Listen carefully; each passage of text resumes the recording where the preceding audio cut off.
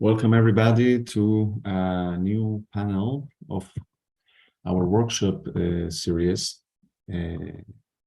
Commodities in History, Theoretical Reflections and Empirical Case Studies.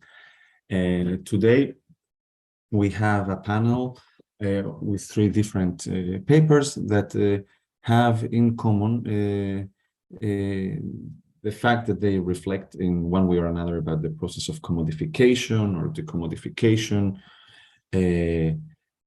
of course, looking at it in different geographic contexts and time periods. Let me remind you that this event is being recorded and it will go online soon. Also, let me remind you that this workshop is part of a research project that looks at the commodity of tobacco in Greece and looks at new ways of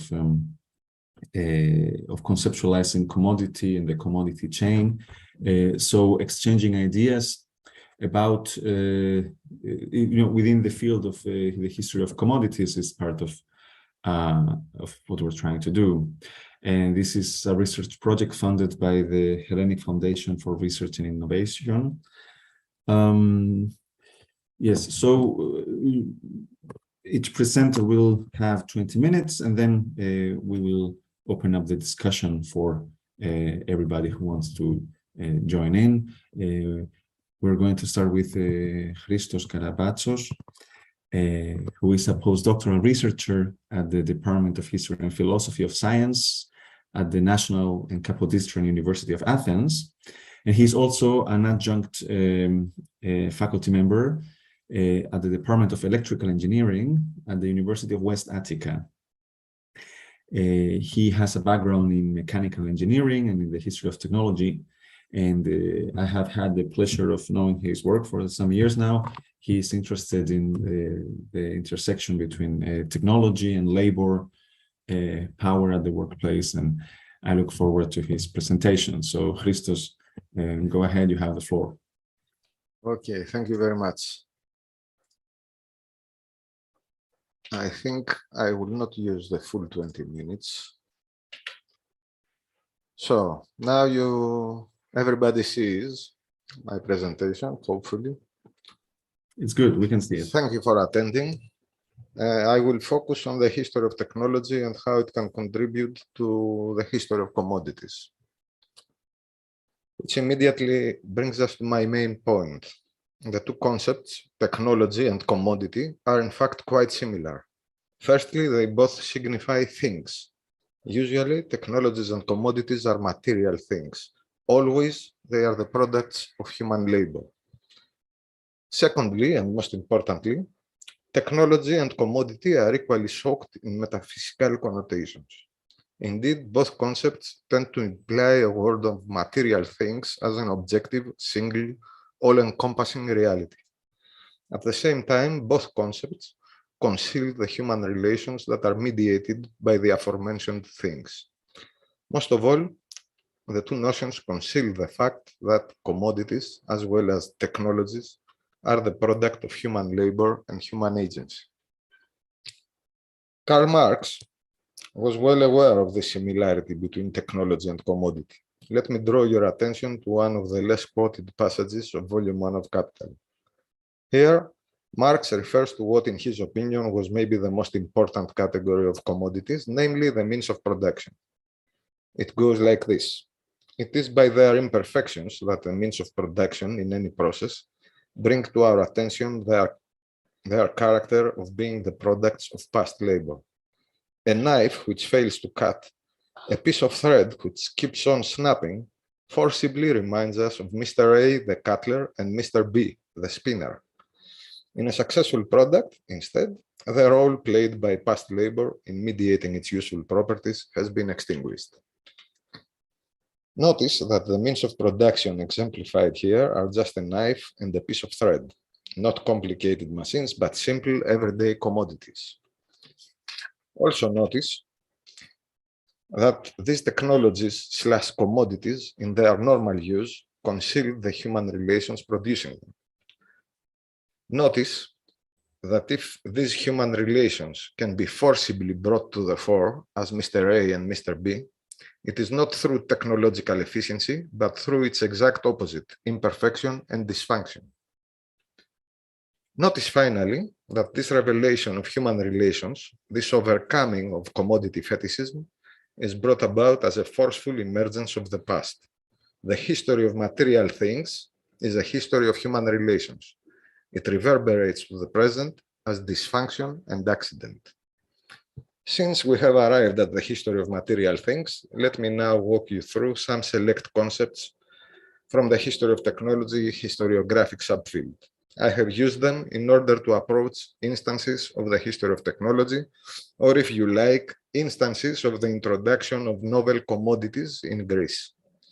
Hopefully, you will notice some relation with Marx's passage. First, there are automobiles. This picture is featured in the automobile Wikipedia entry. In everyday parlance, this important technology is usually perceived as an isolated object, a commodity, like an automobile posing at a shop display. We usually focus on its so-called normal everyday functions: tourism, utility, speed, consumption, etc. As a result, the introduction of the automobile in Greece is usually narrated as quite the smooth affair. The automobile was obviously better than horses or bicycles. It allowed greater mobility to its users, hence it prevailed. Instead, I chose to focus on automobile accidents. Besides Marx's focus on the snapping thread, I was guided by David Edgerton's plea to study technology in its everyday use, and Paul Virilio's claim that the accident can tell us more about technology than the spectacle of its smooth functioning ever could. The results were rather enlightening. The introduction of the automobile in Greece during the first decades of the 20th century was in fact accompanied by violent accidents on an almost daily basis. Moreover, the press described these accidents in detail, allowing a glimpse at the culprits, victims, reactions, and eventual outcome. For example, to the left, we see Efrosini Vamvaka, the victim of the first fatal automobile accident in Greece. She was a housemaid and occasional prostitute. In the middle, we see the owners of the car, Prince Andrew and Princess Alice. Their son later went on to marry the lately deceased Queen Elizabeth of England. To the right, we see Miltiadis Negrepontis, early car race organizer and commander of the automobile division of the Greek army during the Balkan Wars. Eventually, the introduction of the automobile in Greece emerged as quite a violent affair, a veritable class conflict. For upper-class automobilists, the automobile was an instrument of invasion into public space. For the lower classes, the automobile was an infernal machine, killing them and ousting them from the streets. For the police and the state, it was a strategic asset, leading to new possibilities of imposing public order and conducting war. Its introduction included disciplinary aspects aimed at redefining the notion of street as exemplified in early automobile races. From very early on, the automobile was perceived as a method of territory homogenization and war preparation. All this resulted in the emergence of traffic laws and new notions of street mobility and accident liability that today are taken for granted. At this point, you might be as skeptical or as surprised as I was when I found out that the history of the automobile introduction can be a history of state policy, discipline, class struggle, and war. Indeed, in everyday parlance, we tend to think of technologies as commodities, as material things posing in consumer catalogs, or at best at Excel spreadsheets. The historian of technology instead learns to think of technologies as parts of what Thomas Hughes has called large socio-technical networks. According to this notion, technologies should always be viewed as networks comprising a plethora of social and economic elements. The automotive socio-technical system, for example, comprises roads, factories, traffic laws, state policies, class and gender relations, oil deposits, and oil refineries. It extends from the Chinese factory assembly lines to the Middle Eastern oil fields, all the way to import tariffs that are often imposed under the pretense of environmental protection. This focus on technology as large socio-technical networks enabled a second research project on technology introduction in Greece. This concerned the introduction of cigarette-making machines in the Greek tobacco industry. Cigarette-making machines are usually portrayed as the quintessential technological triumph in the workplace. As the story goes, they were smoothly introduced from 1880 onwards. They automatically produced hundreds of thousands of cigarettes per day. They automatically ousted handicraft cigarette rollers from the workplace. A different picture emerges, however, if we choose to perceive the machines as part of a socio-technical network. The 19th century socio-technical network of handicraft cigarette production began from tobacco cultivation. It included state laws, international trade treaties, and of course, tobacco factories, where cigarettes were rolled by hand following a particular division of labor. According to this division of labor, the tobacco was sorted, then cut, then rolled into cigarettes, and finally cigarettes were packed and sent to the market. The automatic cigarette machine promised the displacement of the handicraft rollers while leaving the rest of the system unchanged. From the outset, we thought this to be an impossible claim. If indeed cigarette production was a socio-technical system, any change of a system component should result in further changes of the whole network. Indeed, when we began looking for it, this function could be easily detected in every single instance of machinery introduction. Automatic cigarette machinery was far from automatic. It was routinely out of order because it was unable to process the tobacco in the form it arrived from the cutting and sorting rooms of the factory. Machinery introduction was in fact a tacit demand for the reorganization of the whole factory. Moreover, our recent studies show that this reorganization extended to the whole of the network as far as tobacco cultivation and consumer tastes. Immediately after introducing their first cigarette machines, Greek tobacco industrialists began favoring lower quality tobacco, leaving prime tobacco unsold. On the opposing side of the network, smokers had to be familiarized with machine-made cigarettes, often through large-scale biopolitical projects.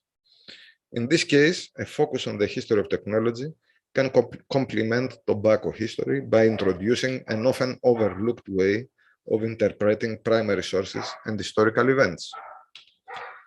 A third object of inquiry was oil.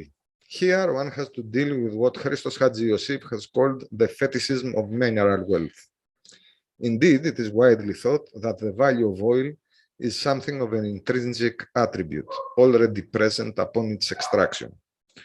We instead focused on oil as a socio-technical network extending from exploration to extraction to refinement to transport. As we found out, oil is and was a point resource concentrated in small areas of the globe, often located in the colonies. Oil extraction is much less labor demanding than coal extraction. Instead, the socially necessary labor for oil production is diffused in transport and processing networks of a planetary scale. Control of the point sources, as well as of the large transport and processing networks of petroleum, is conceived and brought about as a state rather than a corporate project. Thus, since their emergence, oil companies were not exclusively extractive and were not guided exclusively by economic interest. Firstly, a large portion of their works concerned the transport and processing of oil rather than its extraction. Secondly, their interests were aligned perforce with broader state interests. This transport aspect of oil companies has severe implications upon the way we perceive Greek oil history. Greece is devoid of significant oil deposits. Thus, it is usually thought to be unrelated to oil matters. However, if we choose to perceive oil production as a transport and refining venture, things look a lot different. Indeed, after the Second World War, US major oil companies entrusted Greek ship owners with a significant part of the global oil transport network. This means that Greece is a significant stakeholder in global oil matters, and it makes less surprising the recent re-emergence of Greek oil exploration efforts, often with the participation of the same ship owners. For example, the upper photo indicates that Greek ship owner Aristotle Onassis held significant stakes in the 1950s blocking of the Suez Canal. In the lower photo, Greek ship owner Theodore Angelopoulos ordered a sea drill in 2008, even before the advent of the Greek crisis and the official re-emergence of Greek oil exploration efforts. Let me now conclude. I began this presentation by stating that the notions of commodity and technology are closely related. They both refer to products of human labor. They both display intense fetishistic qualities. They conceal human relations, presenting them as relations between things. I then referred to a selected array of notions taken from the history of technology historiographic subfield, the everyday use of technology, the focus on accidents and dysfunctions, and the notion of technology as socio-technical network. I used examples from my research to show that these notions can be quite useful when approaching the history of commodities. The story of the automobile reminds us that commodities can have a disciplinary and political aspect that can be equally important to their economic aspect. The story of the cigarette machines reminds us that often machinery introduction can change the very substance of a particular commodity, in our example, one as important as tobacco. Finally, the story of oil reminds us that commodity production is a multifaceted venture, parts of which can remain obscure on purpose, but are quite enlightening when brought under the lens of historical inquiry. It is not surprising that notions deriving from the history of technology historiographic subfield tend to display this, allow me the term, defetishizing quality. Let me turn to another Marx, less famous than Karl, Leo Marx. This second Marx was a major historian of technology and has famously described technology as a hazardous concept. He meant our tendency to consider technology an autonomous factor of historical development, to consider technology to be a thing or a force, rather than a product of human labor and political agency. This, of course, is tantamount to the commodity fetishism described by Karl Marx 1.5 centuries ago. Indeed, it is my opinion that most of the notions formulated by the history of technology historiographic subfield derive in one way or the other from Karl Marx's notion of commodity fetishism. They are, in fact, a watered-down version of Marxism. That is why they occasionally prove to be so enlightening, in my opinion. Now, the question why this should be so, for the time being, must remain an open one. Thank you very much. That was it.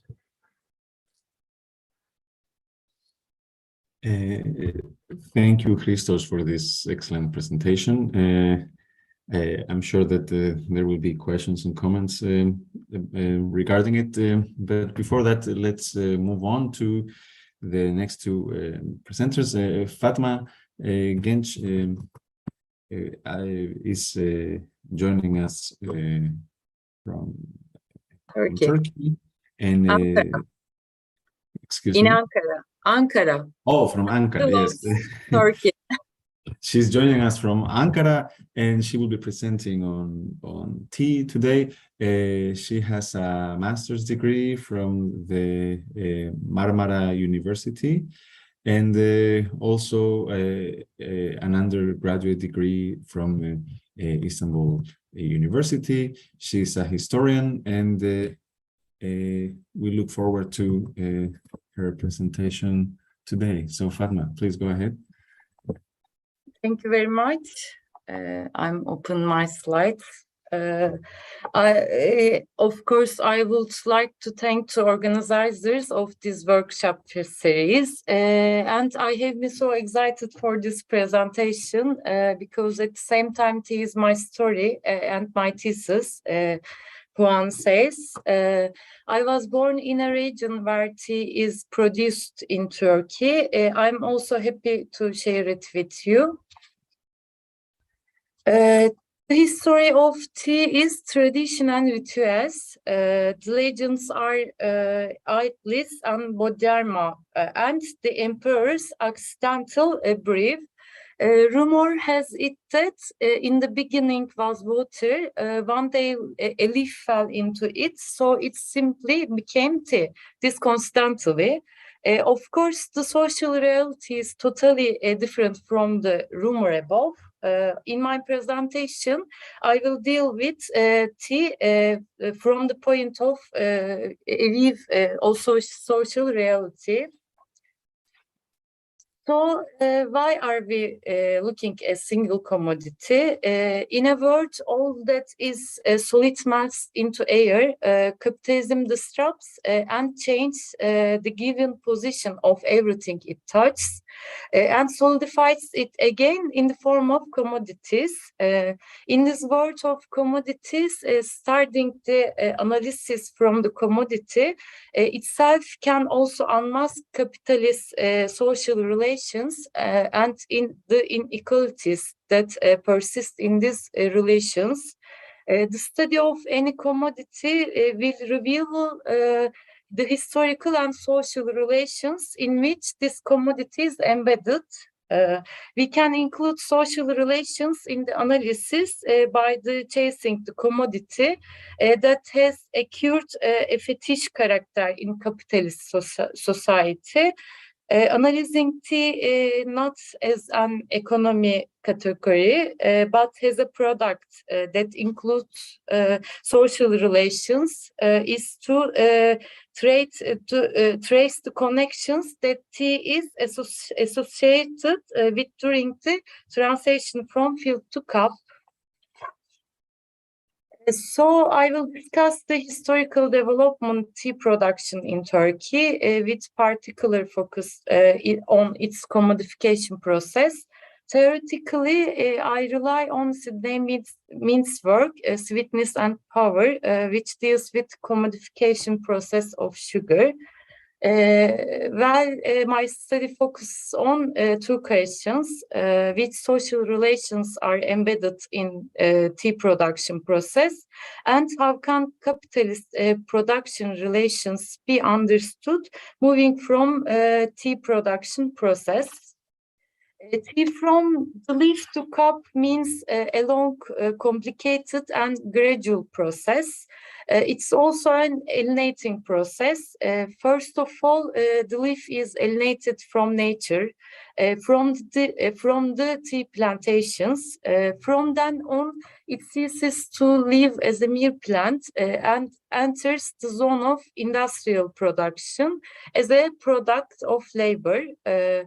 So how does this process work in Turkey? What are the stages of production? What does this production or alienation mechanisms involve?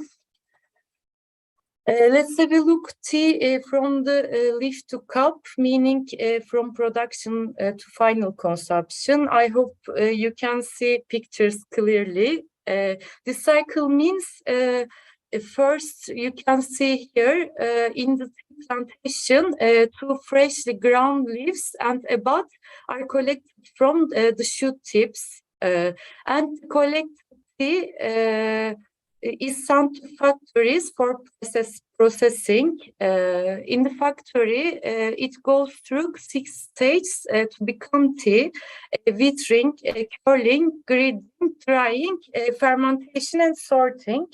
Passing through all the stages, the leaf is converted into the dry tea, and you can drink tea.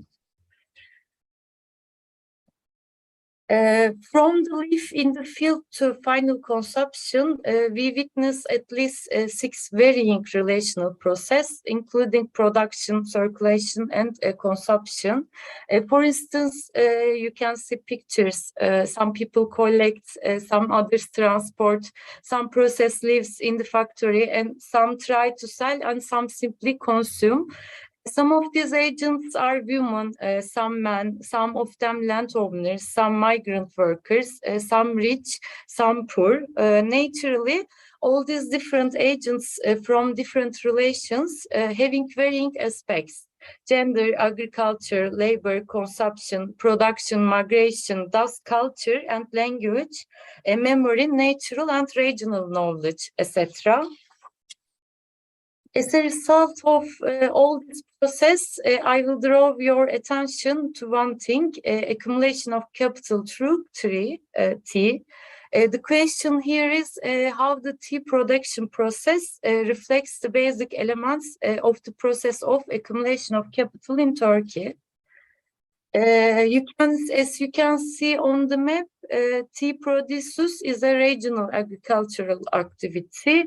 It's only produced in Eastern Black Sea region. It includes city of Rize, person 67, and city of Trabzon, person 19, and city of Artvin, and cities Giresun and Ordu in Turkey.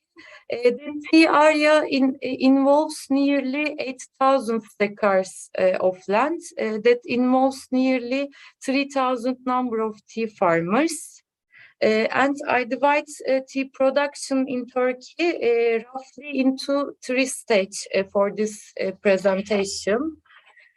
First commodification stage in Turkey in 1924 and 1980. I know it's a long time, but this period roughly refers to the establishment to the tea agriculture and industry in Turkey, tea industry in Turkey, and the picture you see here. The first state-owned tea factory and tea producers picking tea and carrying in first tea plantations, and the last one, the ceremony of bringing the first tea seeds. From the early periods of the Republic, tea was seen an alternative product to the products of the subsistence agriculture dominant in Turkey. Therefore, the production was always controlled and regulated by state using varying apparatus, production in state enterprises and inducements, and even using state force. For instance, in 1924, just a year after establishment of the Republic, an act was passed enforcing the people in the region to uproot their cornfields and the trees in the forest to cultivate tea, and the trees known as elder native to the Eastern Black Sea. Similar mechanisms were used for different agriculture mechanisms in different regions, including tobacco, cotton, and sugar. Local people in the Eastern Black Sea, since they had their own means of survival, they resisted through corn, black cabbage, and the like, but the state insisted and could only manage in the late 50s. This administrative interference transformed the local population living by subsistence production into small commodity producers producing for the market, thus alienated them from land-based relations and nature. Because it was originally important, also tea was alien to people. They didn't even know drinking tea except some regions. Tea seeds were brought from Japan and Georgia. This was very unnatural and it created a gender division of labor, which is very unnatural. Revealed a division of labor where women worked in the fields and men in the factories. After 1940, with the expanse of tea production and its consumption became widespread. The second commodification stage is 1980 and 2009. This period roughly refers to the years of privatization and the entry of national and international capital groups into the tea sector. You can see pictures, some of these capital groups in the photos. Since the beginning of neoliberalization of Turkey in 1980, the private sector has become more dominant in tea production process as a result of privatization and deregulation. Seen as a local product, initially it's now a commodity to be exported in parallel with the export-oriented growth regime of Turkey. The process mentioned above is a reflection of transition from an inward-oriented capital accumulation regime to an outward-oriented one. As a result, this new motivation towards international markets, the current monopoly structure of tea production was opened to private producers in 1984. Starting from 1984, nearly 420 private firms entered the sector, but most of them left this area because of the high costs in tea productions. And the third commodification stage in Turkey, 2009 and after, we can say today. This period refers to the making a legal regulation and policies as a result of internalization. Internalizations and articulation process of capital groups. Today there are 47 state-owned tea factories and 229 privately owned tea factories. However, private entrepreneurs haven't given up because it's a very profitable sector. Planning and funding a state of the early republic era has now become supporter of private property and started to issue laws and policies regulation tea production. Since 2009, some regulation have been brought into agenda by the state for the establishment of a tea stock exchange, of a tea regulatory and supervisory board as mechanism to include the private sector to the production process, to tea production process under the term of governance. Contract farming system supported by state relies on the dependency of small scale producers to local and international private companies, which also been a significant part of the process mentioned above. In the photos, you can see the new actors added to the process of tea from the production to consumption with this legal regulations. Ironically, the state which was enforcing local producers to grow tea is now enforcing laws to tea's private sector into tea plantations. This is still topical. Next week, when the parliament opens on October 1st, 2022, will be discussed in the parliament. As a result, obviously, when we look at tea as a commodity, we understand all the complex process of production and production relations from state-funded economy to private economy. In conclusion, observing, evaluating, analyzing, and studying tea, one can see many relations in time-bound and space-bound. For more details, you can look at Beyond Tea from Field to Pot, Tea in Space and Memory, in which I also have an article. And to contact, you can write to me, fatmagan@gmail.com. Thanks for your attention.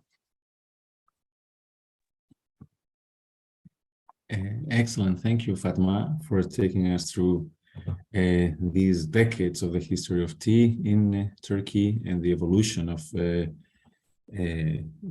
institutional and productive arrangements around it. So before opening up the discussion, let's move on to our third and last speaker for the day. He's Drew Swanson, who is a professor of history at Georgia Southern University. His project is, as you will see, on hunting, the history of hunting and commodification and decommodification. Drew Swanson has written a number of books. I will point one out that is dear to my heart, A Golden Wheat, Tobacco and Environment in Piedmont South, which was inspiring for me in my dissertation on tobacco in Greece. I think it was the first book I ever read that was focusing on tobacco in a historical perspective, and and here I am now, years later, still at it. So, Professor Drew Swanson, please go ahead and you can start. All right, is everyone able to see my screen? Yes. Okay, thanks. Well, thank you for those kind words, Juan. That makes me both flattered and also feel a little bit old. And thanks too for putting this together. The panels that I've been able to watch or attend have been really great so far, and I really appreciate the opportunity to participate. I'm particularly pleased to be on this particular panel since I'm not really an economic historian. And so all the charts and graphs of previous presenters before today have been pretty intimidating. So that's sort of a caveat to say that what follows is a mix of cultural and environmental history with a little bit of history of technology mixed in. To give it a little more framing, today's talk comes out of two books that are in progress, although in some ways it's the direct child of neither. The first is a consumer culture of, focuses on the consumer culture of American hunting since the Civil War. It's really a book about an irony. Hunters go to the woods, at least in our stereotypical imagination, to get away from it all, to seek solace in nature and sort of escape the hectic nature of modernity. But they take a lot of stuff with them. And so it's a book about how this irony came to be and then how hunters have tried to make peace with that irony. And the second study is a history of white-tailed deer. So sort of an environmental biography of one species that served for much of its history as commodity, from contact to the present in North America. So I trace that tremendous arc where deer go from great abundance to near extinction and back to superabundance again. So today, sort of pulling together those two threads, I'm going to talk a little bit about the process of the decommodification of wild game in the United States, and then the sort of economic model that rose up in its place to fill the gap that was created by that process. So wild game did serve as a commodity, a classic commodity for much of American history. We can trace it to the early colonial era fur trade, famously in the Northeast and Canada. This was dominated by the trade in beaver. In the American South, it was largely dominated by the deerskin trade, white-tailed deer. This trade flowed through ports like Charleston, Savannah, and Mobile, and then to a minor extent through other port cities like Pensacola and Wilmington. And this trade was exceptionally large for a number of decades. If we look at Charleston, South Carolina, for example, by the 1730s, Charleston merchants were exporting roughly 250,000 deerskins per year to the European market.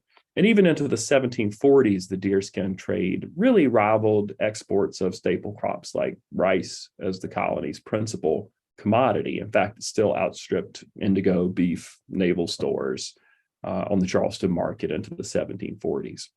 This trade is often portrayed as a sort of staged thing, right? A frontier activity that then gives way to the plantation economy that comes to dominate the Atlantic world for a time.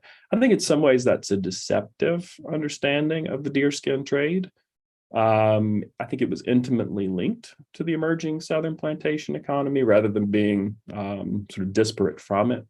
So a lot of the fur and hide trade was operated by planter merchants.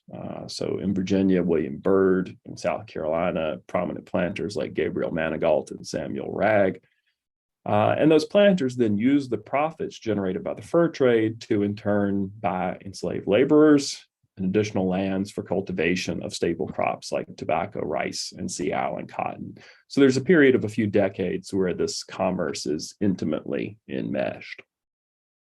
That fur trade, export fur trade, fades gradually after the American Revolution, but there's an internal commerce in wild game that takes its place.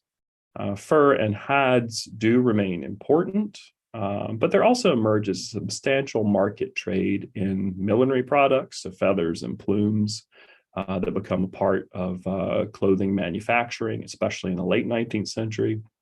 And then after the American War, a substantial commodity market in wild game is meat, so table or market hunting, as it was typically called in the US. This was made possible, this expansion, by changes in communication and transportation technology. The telegraph could, for example, spread word of flocks, massive flocks of pigeons where they came to roost. When I say flocks of pigeons, I mean by the millions, not by the dozens. Expanding railroad networks and increasingly speedy trains could rush that game to urban markets where it was typically sold. And the trade came to focus on particular species. So game like bison, waterfowl, passenger pigeons, and white-tailed deer. To take the case of deer, this market trade could be tremendously destructive, tremendously wasteful.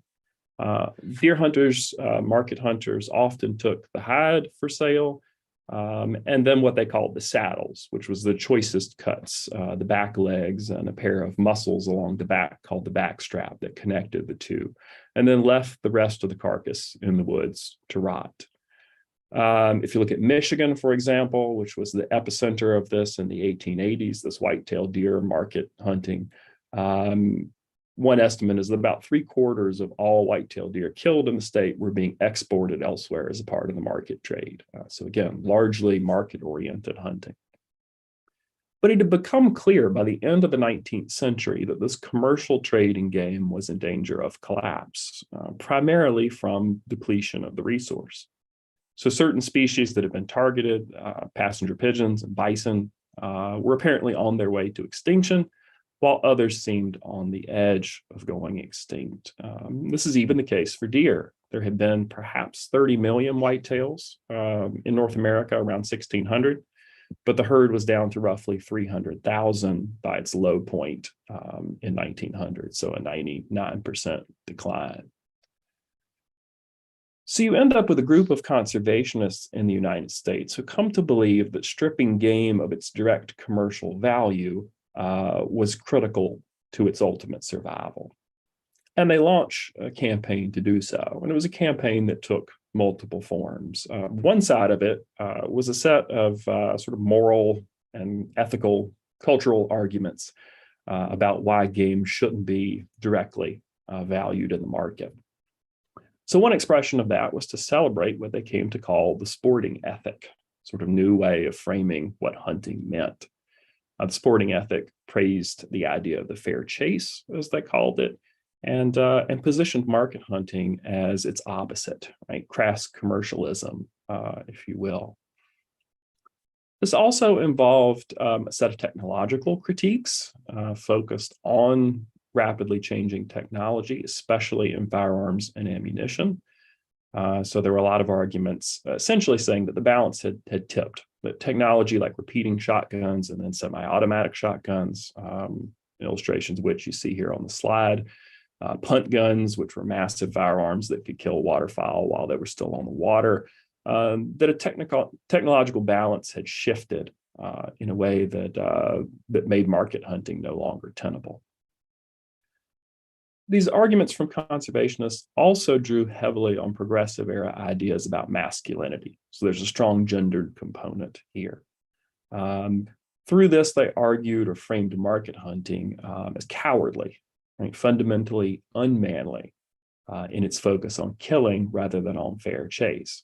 And then they tried to position fair chase and the sporting ethic that they were busy building as the epitome of masculine life outdoors. Another thing to add too is that a lot of these arguments tapped into, again, white Americans' progressive era ideas about race. So a lot of these arguments by conservationists frame market and table hunting as the domain of recent immigrants, or in the South as the domain of African Americans, and somehow beneath, in their language, right, that befitting proper Anglo-Saxons. So again, pretty common progressive era stuff in the United States that tapped into white ideas about hierarchies of race, but that becomes entangled in these cultural arguments about ending market hunting. But more concretely, conservationists push for and then obtain specific legislation that banned or severely restricted the sale of game. This takes place first at the state level. So states pass a range of laws that do things like impose bag limits, that close seasons, hunting seasons for particular game, and also in many cases that impose some sort of sex restriction on hunting, permitting the kill of mature males, for example, but not juveniles or females of the species. And then at the federal level, there's an important, a crucial piece of legislation that comes in 1900 called the Lacey Act. And the Lacey Act drew on the federal ability to regulate interstate commerce and essentially banned game sales out of state. And that was the core of the market hunting market. And so the Lacey Act effectively cut off wildlife as a commodity in the United States in a way that no previous legislation had done. So collectively, these forces do close market hunting fairly effectively, not perfectly, but fairly effectively. And they do so pretty quickly. This change happens in the span of just a decade or two, more or less. And this might have been good for wildlife populations. In fact, it turned out to be good for those populations, but it also left a substantial economic hole as market hunting quickly disappears. One immediate reaction to try to plug that economic gap, if you will, was to try to maintain wildlife's commodity status, its economic place, but through a different means of production, through efforts to explicitly farm game and then sell them, rather than to sell the product of the hunt. So you see a game farming movement, as it was called, that really blossoms within a few years of the Lacey Act, and then peaks in the 19-teens and the 1920s.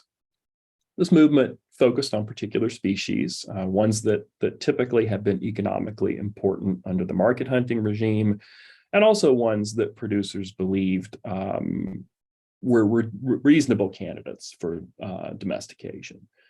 So game farming focused on fur bearers, species like mink and muskrat, on game birds like quail and pheasant, and then on white-tailed deer. Again, probably the most economically important of all market-hunted species by the end of the 19th century. At first, game farming was driven by private individuals, boosters like Dwight Huntington that you see on the slide here. Huntington is the most vocal of these early game farming advocates. He's the editor of several sporting magazines, including The Game Breeder, which sort of makes explicit its purpose in its title. So it starts with private boosters, but it's quickly picked up as an agenda by government agencies. So the individual states, in many cases, will open game farms for a variety of purposes. They'll conduct research into domesticating these wild species. They aim to restock wildlife in the wild out of the game that they're producing. But they're also trying to raise stock to sell to or give to individual farmers. So they see themselves as a sort of seeding agency, if you will. So that happens on the state level, and very quickly the U.S. Department of Agriculture takes interest in game farming as well, and it becomes the research driver in the early 20th century in this endeavor, primarily through its Biological Survey branch, which was headed at the time by C. Hart Merriam. So the Biological Survey, the USDA, will open its own research stations that focus on particular species. For example, an enormous one in upstate New York that focuses on fur bearers. And the agency, even more crucially, would issue a number of research publications, extension bulletins, and other documents that were aimed at disseminating technical knowledge about game farming, but also in trying to encourage more landowners to get into this business. But ultimately, the game farming movement would fail. It's pretty clear by the late 1930s that game farming will not, fully take the place of market hunting in economic terms. It's really for two reasons. The first is that there was sort of stubborn refusal to modify those game laws that I discussed a couple of minutes ago. Those laws made little distinction between where game came from, how it was produced.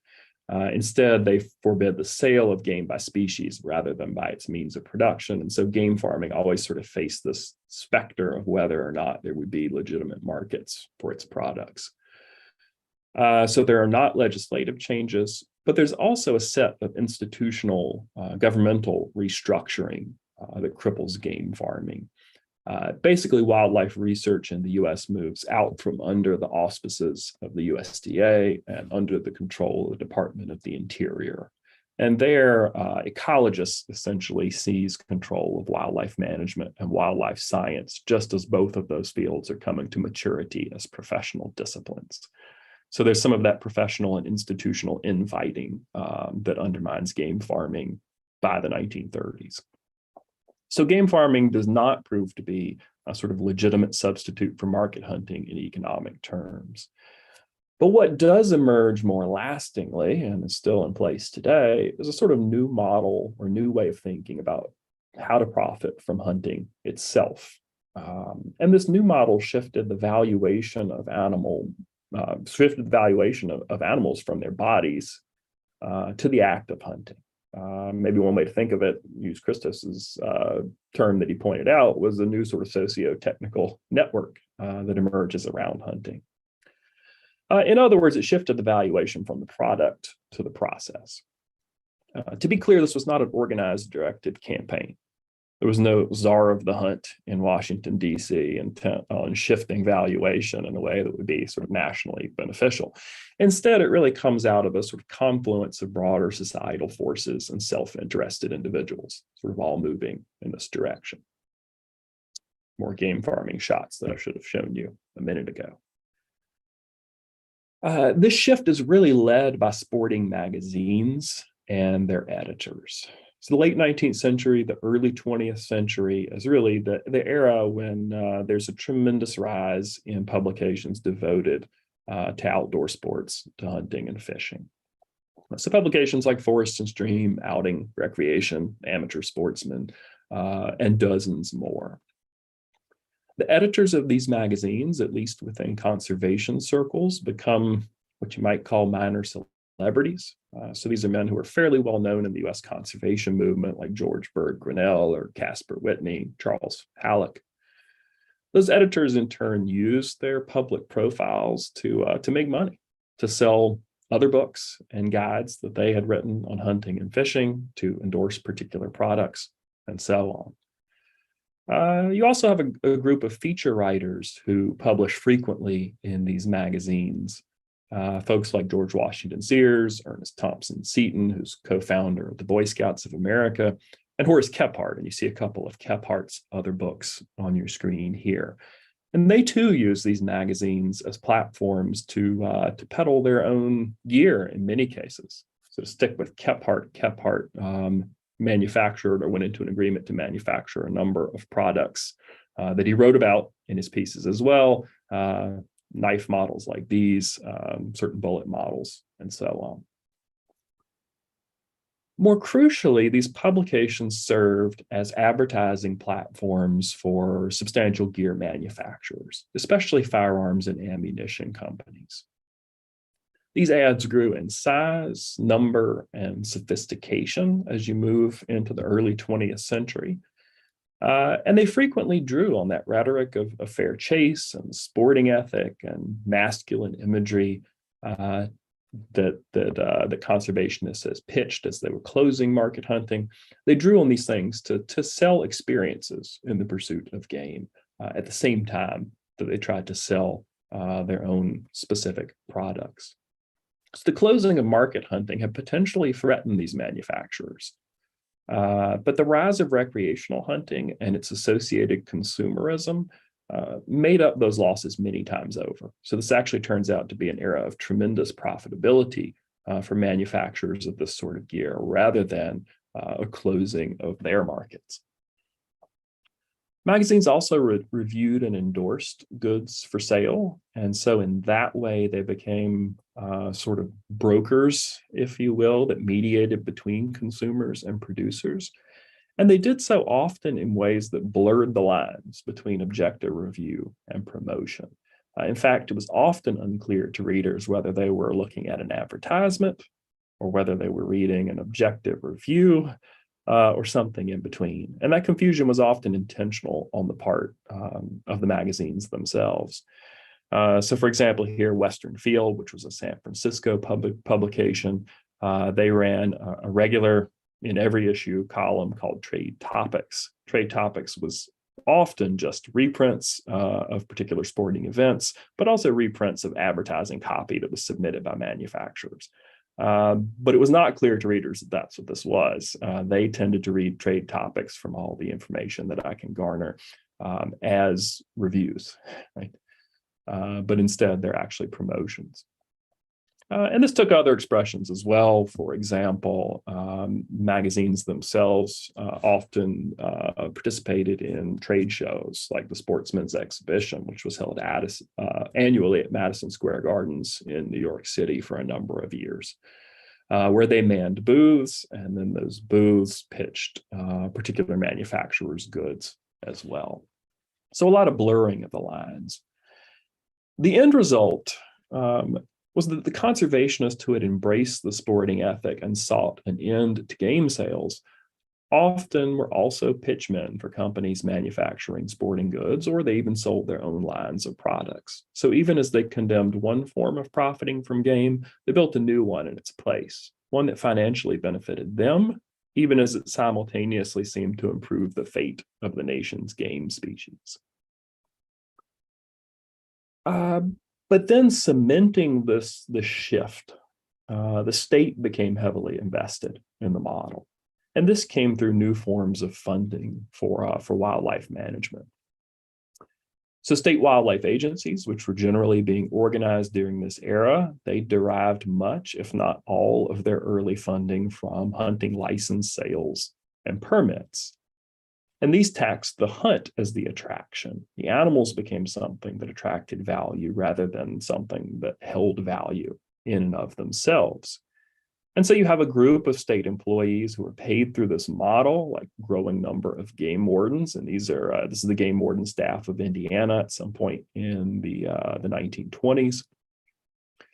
And then the big piece of legislation comes in 1937 at the federal level, with the Federal Aid and Wildlife Restoration Act, which is more commonly known as the Pittman-Robertson Act for its two co-authors. Pittman-Robertson kept in place and expanded an excise tax on firearms and ammunition, and then devoted that money entirely to wildlife conservation and research. It also crucially funneled it through state agencies and required some buy-in dollars from them, and that kept them tightly bound to this mission as well. Pittman-Robertson raised a lot of money, millions of dollars annually from the start. It's still in place and has only grown over the years. And there are similar programs. The duck stamp program does a similar thing for waterfowl conservation. And then a few years later, what's called the Dingell-Johnson Act provides similar tax revenue for game fish species. So to give you a sense of the scale of this, last year, 2021, Pittman Robertson and Dingell-Johnson together generated $1.5 billion in the US for wildlife conservation and management. And that comes every year, with another 40 million or so being produced by the duck stamp program. So the end result of these funding mechanisms and budgetary structures was tremendous state and federal investment in hunters' consumerism. And the agencies recognized as much. Essentially, they note regularly in internal and external publications that hunter expenditures are the backbone of wildlife conservation, and that they are essentially cultivating sportsmen themselves, and I mean this tongue-in-cheek in a way, as the commodity.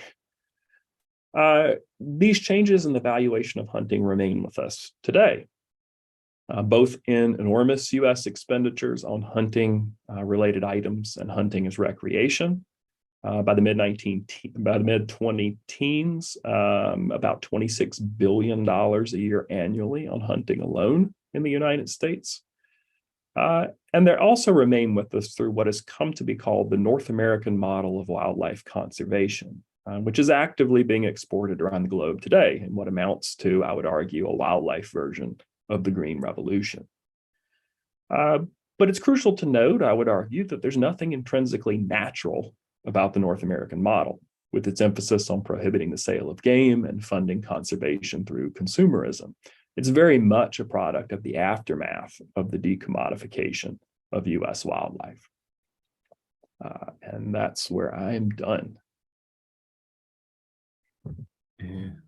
Thank you, Drew. You know, when we organize events or panels or any kind of exchange between historians of commodities, there is often the challenge of how to bring together very different perspectives and how we are able to not talk past each other. But here in this particular case of this panel, I'm very satisfied with how these papers in a way come together, even though they discuss completely different topics. Here we have the first paper by Christos that looks at technology and questions the notion of technology, whether you know, it is seen as sort of an independent variable in history, but it is actually a negotiated process that means different things to different people. And we see technology here playing a role in the commodification and decommodification of hunting in or of different aspects of hunting in the United States. And we also see how state institutions play important roles in this process of commodification and decommodification. In the case of Turkey, the state plays an important role in turning Turkey into a producer of tea. And in the case of the United States, not only state institutions, but part of the story is state institutions playing a role in the creation of the experience of hunting as a commodity. So that was very interesting. And before opening up to the rest of the public, I would like to ask a couple of questions to you all. Christos, my question to you is whether, well, you mentioned in your paper that there are commonalities or there's a blurry line between technology and commodity. I wonder whether we could go even further, and is this distinction useful at all between technology and commodity?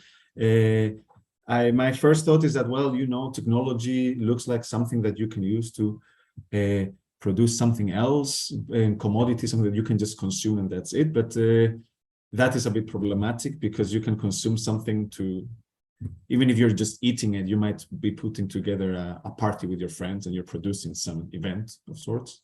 So is there a distinction between technology and commodity? And if there is, how is it useful for us? Then my question to Fatma, from what I know from the intervention of the Turkish state in the agricultural sector, there are, you know, in addition to imposing, you know, there's often a component of imposing things on the peasant population, but there are often also, for example, guaranteed price programs, or the state buys the commodity directly. And then there is the issue of who consumes this. Like, how do we make people, either in Turkey or in other countries, drink this tea or smoke this tobacco or use this cotton, whatever it is. So what is the deal with consumption in the state in this story? And also, since we're talking about consumption and drinks, did tea ever have a claim to some kind of national symbol? I remember this debate in Turkey between Ayran and Rakı. Was tea ever a candidate to any of this at any point in time?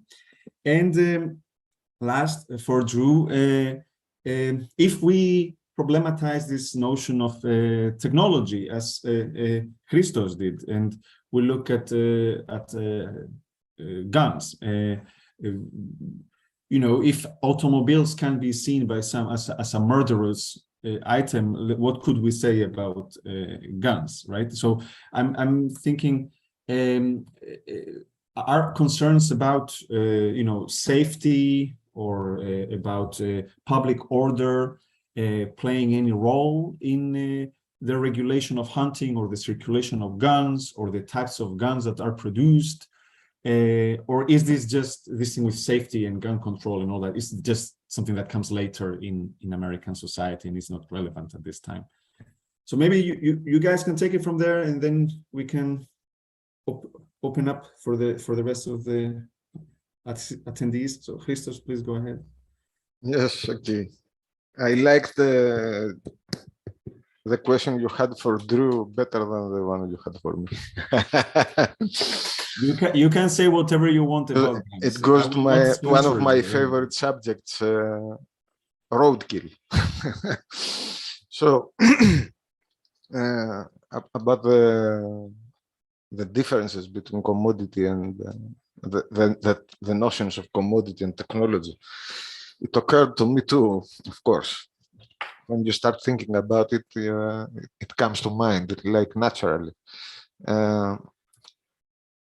I think a major difference is science. It's the scientific background of technology, which provides it with an objectivity, scientific objectivity. And there is another thing about technology too, that it is usually thought to possess some sort of agency, political agency, but at some times it performs politically.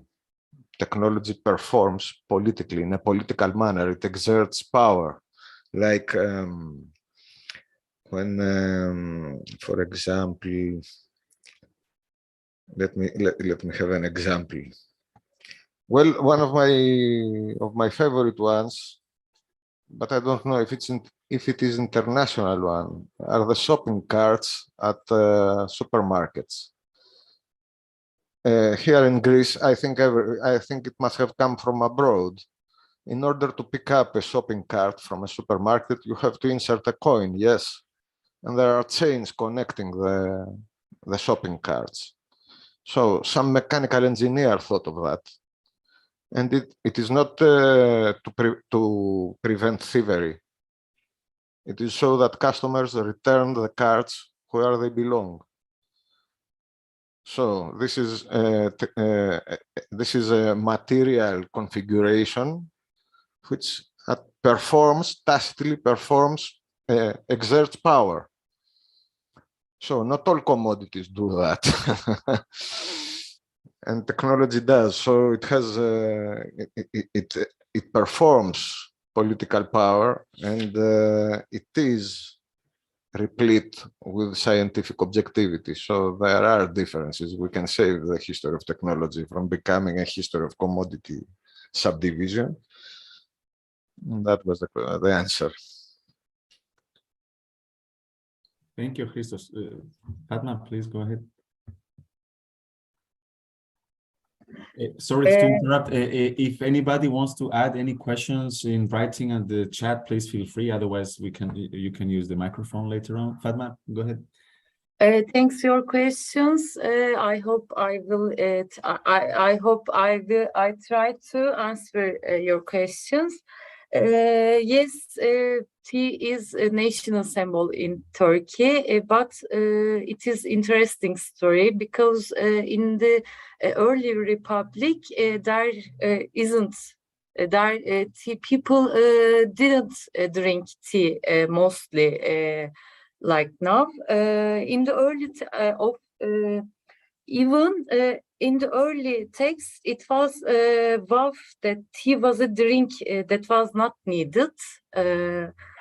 After in 1980s, the tea producers expansed and its consumptions samely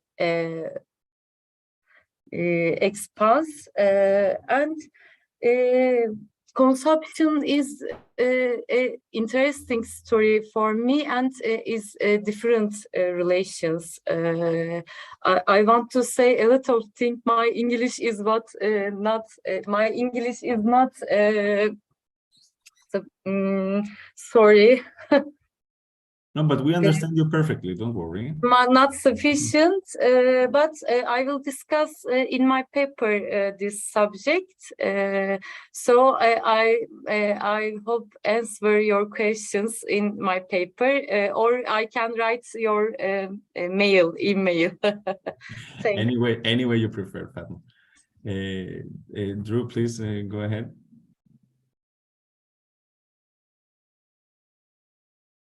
Yeah, so the short answer to your question is yes.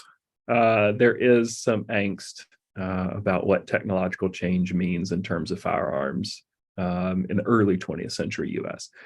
And what's interesting to me, at least, is that the very early gun control movements in the US largely come from hunters. So not a crowd that we would immediately think of as gun control advocates.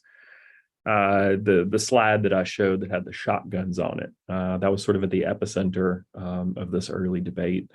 So there was a campaign by a group of sportsmen, particularly a guy named William Hornady, who's a famed conservationist, and a lesser known figure named George Shields, to essentially to ban repeating shotguns, but especially semi-automatic shotguns being made by the Browning and the Remington companies as they've begun to come on the market. Their concern is not their deadliness to human beings. They're not particularly worried about the rates at which Americans are shooting each other with these things, which is pretty low at that moment in time. Instead, they're worried about what they see as the appropriateness of this technology. So it has crossed that sort of invisible, right, socially constructed technological line where the technology has become sort of too efficient at what it does in their minds, and that is kill wild birds in particular. And it's a pretty durable campaign. There's actually a hearing in Congress over semi-automatic shotguns, where there's a lot of fighting back and forth and a lot of lobbying. Manufacturers show up. They are successful in having semi-automatic shotguns banned in 2 US states for a time, and in pretty much every province in Canada. And my story is sort of a Canadian one too, which I didn't point out there. Ultimately, that'll fall apart. Those decisions will be reversed. And the modern gun control movement, as we might understand it in the US, comes later. It sort of redevelops in the late 30s and the 40s, and then really gains steam in the late 19th century. And so we've completely forgotten about this early gun control movement that was rooted in these conceptions of the ethical nature of a particular technology as it regarded hunting in that case. But it is sort of a perfect place to see it. And I'll point out very quickly that there's a sort of shotgun analogy to the quarter on a chain that Christos pointed out, which is that almost all modern US repeating shotguns have what's called a plug in their magazine that limits them to holding 2 or 3 shells. There's no technological advantage in that. It doesn't really make them any less deadly. The plug is really there to match the capacity to older forms of shotguns that were viewed as ethical. So it's become this sort of technological manifestation of these older debates and ideas about the appropriateness of this particular firearms technology.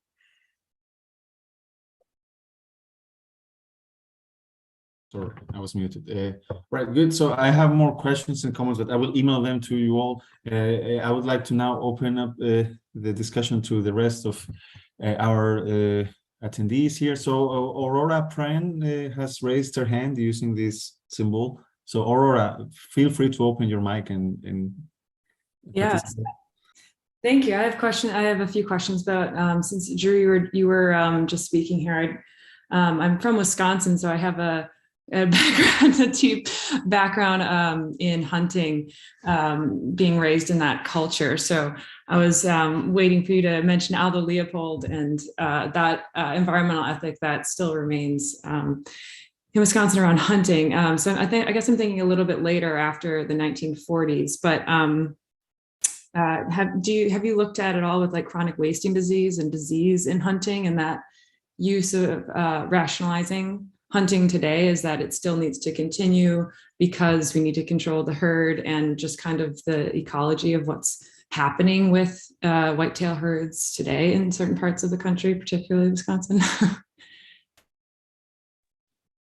Yeah, I am interested in that, certainly in the whitetail book in particular. But Leopold is fascinating because he sort of butts into both projects. And so he has these famous statements about, famous statements of angst about technology and hunting that appear in Sand County Almanac and in a lot of his personal writings as well. So he becomes in some ways the voice of resistance to this consumer culture. And yet, like in his personal life as a hunter, if you look at it, he buys into it. Yeah, definitely. So I don't know when chronic wasting disease, I have to check when that really started in deer in the state, but that's so much of the argument that I still hear today is that, there's some counties where certain deer need to be culled, and, there still is a need for hunting culture and a want for hunting culture. So I think the perspective I'm looking at is a little bit out of the time frame that you were just talking about, but I'm just wondering if that comes up in your research as well as part of this conversation, because there's definitely the technology side of it, but now there's definitely a disease and population numbers and numbers of hunters and humans in these areas. Yeah, it does. And Wisconsin is one of those classic places. There's a lot of Wisconsin in this deer project. Yeah. But the interesting thing to me, I think, in a lot of ways, when deer management in the U.S. shifts to the idea of control rather than restoration, which has to happen pretty fast because deer bounce back at an astonishing rate. So deer are gone from Pennsylvania by and large in 1910. There are 1 million deer in Pennsylvania in 1920. That's the extreme, but it happens pretty fast in a lot of places. And what's interesting to me, culturally at least, is that wildlife managers have to grapple with their previous arguments about the ethics of hunting in ways that are often quite contradictory. So they have to go from these messages of conservation, right? So for example, in Wisconsin, we don't hunt does, that's unsporting, that's unmanly. And in a few decades, they have to switch tactics and argue that herd control and the health of the wildlife resource itself relies on now hunting does. And so you see these shifts back and forth, sort of culturally grappling with these changes in the herds themselves, in ways that prove difficult for hunters to adapt to in many cases. So I see chronic wasting disease, which is in Wisconsin, I think, basically a phenomenon of the last 20 years or so. That's what I thought. Yeah. Yeah, and is just now reaching, some corners of the upper South and some other regions of the country. So in some ways, that's a new version of that old story of trying to reframe what is an ethical form of hunting based on, what an environmental historian would point out, which is the stuff that deer are doing themselves, which is always sort of complicating the story. Yeah. Well, thank you so much. Yeah. I very much enjoyed your talk. Oh, thanks. Thank you, Aurora. Anybody else who would have any questions or comments for today's speakers or the speakers themselves? Yes, I have a question for Mrs. Genç. Do I pronounce it right? Genç. I was wondering about these tea factories you have mentioned. So I'm familiar with tobacco factories. That's where it comes from. And I was wondering what size are they? How many workers do they have? Is the process mechanized in any way? And I was also wondering about this long history that you have mentioned. Have you noticed any signs of a moral economy of workers working in such manufacturers since 1920?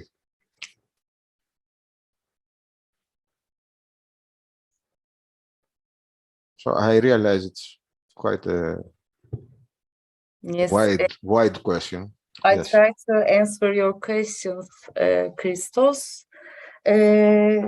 Today, I said in my presentation today, 47 the state-owned fabrica in tea industry, but in the past, in the early times, there are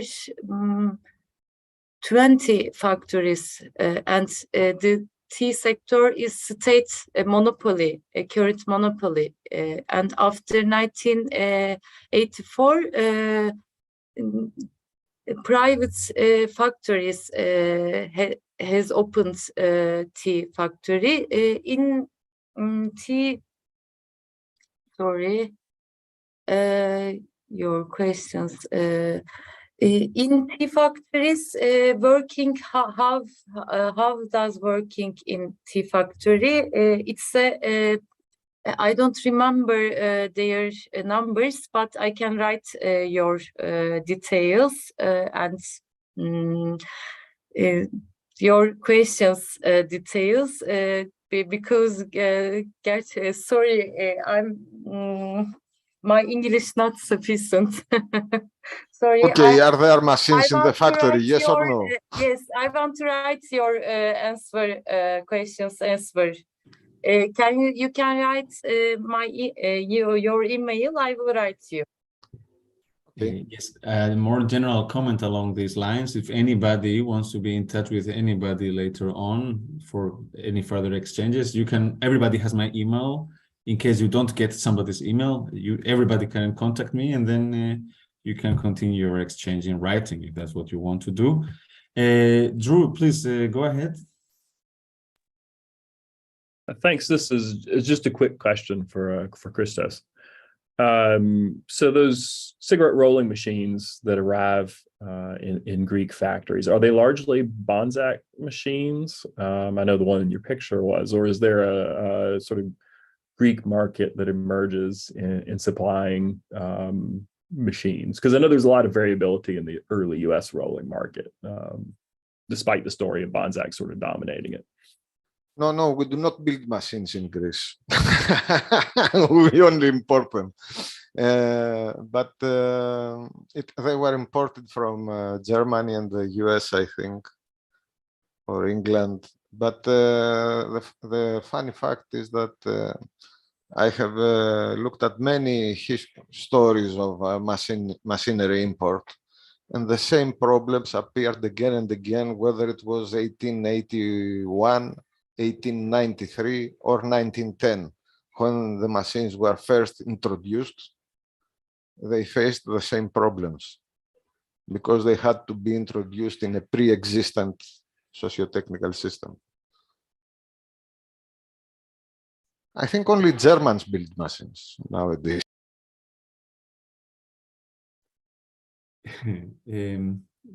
All right, Dimitris, please go ahead. Okay, so one question about hunting, and so I was intrigued about your point that like hunting became non-commodified or decommodified. So I was wondering about certain about hunting as it was done by gentlemen, that they would do it for the fun of it, for as a leisure activity. I would think about Hemingway traveling to Kenya, and I think he was like doing a safari. This is interesting because Hemingway is in the same generation of these people, that he was an outdoorsy person himself. So, but also like I'm thinking about like British gentlemen traveling to India and hunting tigers. So I was wondering whether in your research have found like the lineage of this way of like hunting not as making a living, as a leisure activity, and how maybe they would trace it back to what the nobility used to do, or gentlemen and things like that. Thanks so much, and I would like to thank everybody for the really interesting presentations. Thanks. That's a great question. So one thing I didn't really talk about at all in this paper was class, and class is enormously important in the story. Of course, it was sort of an intentional elision because, in some ways, that's what's been written most about in U.S. hunting to this point, and the sort of consumerist technology side hasn't got a lot of attention. So long story short, for American hunters throughout late 1700s and the 19th century, a lot of what they were concerned about ethically in terms of structure was rejecting those old European models that associated class and nobility and privilege with hunting, right? So that was supposed to be one of the sort of saving graces of American wildlife, was that everybody could hunt it. It wasn't just, the king in the deer park, to take the English example.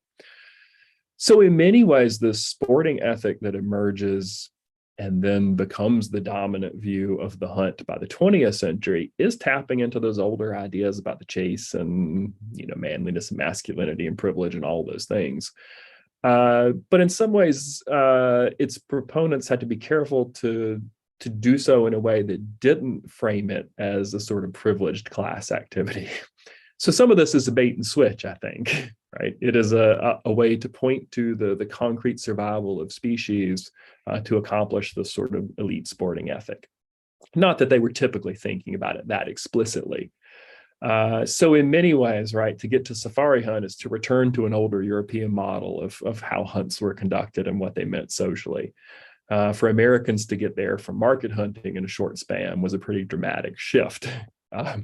So that stuff is always lurking under the surface, and there are these, I think, legitimate environmental and economic motivating forces that guides a lot of the language. But yeah, there's a lot of class stuff. What's amazing to me in some ways is how effectively those ideas are internalized by the middle classes and blue-collar workers as we move further into the 20th century. So by the time you get to the 1930s and the 1940s, right, like hard hat coal miners in Pennsylvania who are hunting deer on the weekends, like they're pretty fully invested in this model of what proper hunting looks like, and that it shouldn't be about, this and that and the other. So they're, in a way, sold a bill of goods, but they kind of want to buy it too.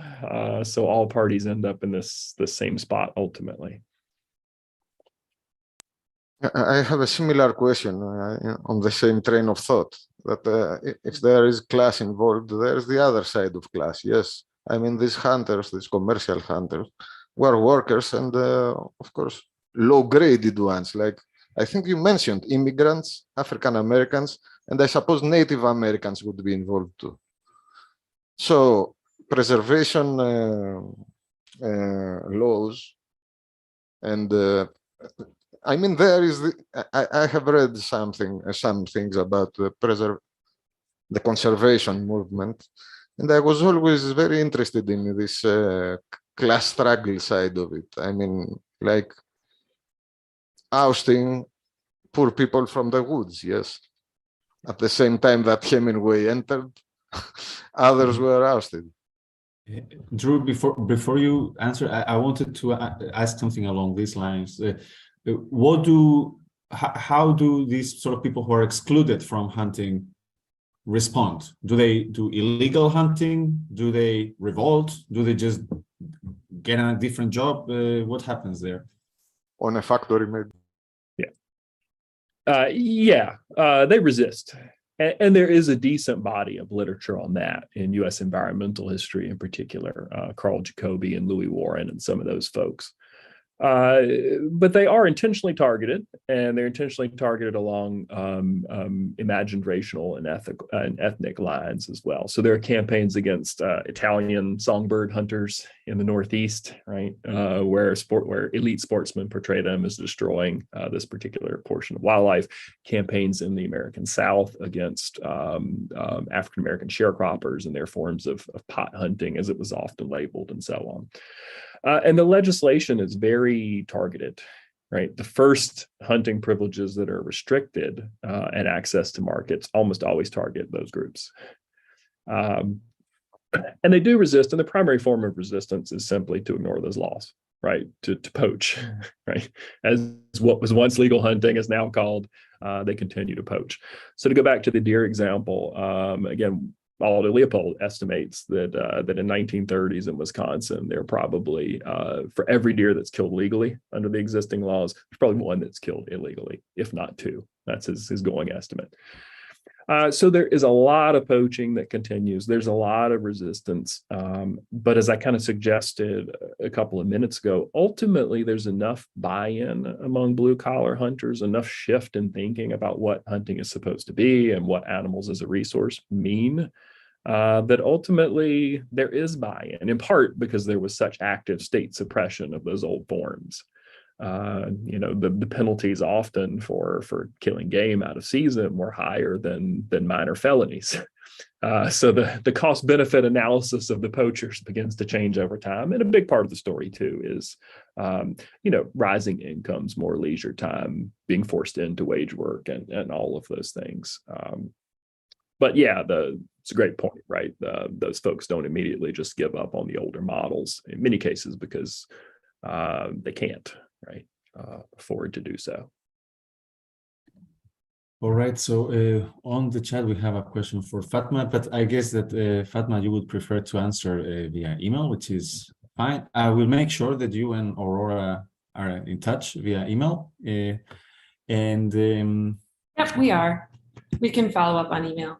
Yeah, great. And anybody else who would like to chip in? Any questions, any comments, suggestions? All right, so Juan, yes, Aurora asks, yeah, when does a good become a commodity? yes, Yeah. So know you are that. the commodity expert, you should answer. Me? Yes, you are the commodity expert. You organize a whole... I answer. I cannot Aurora. answer about all the commodities in all the countries. I answer Aurora. I write her. Yes, we have dealt with that, Christos, already.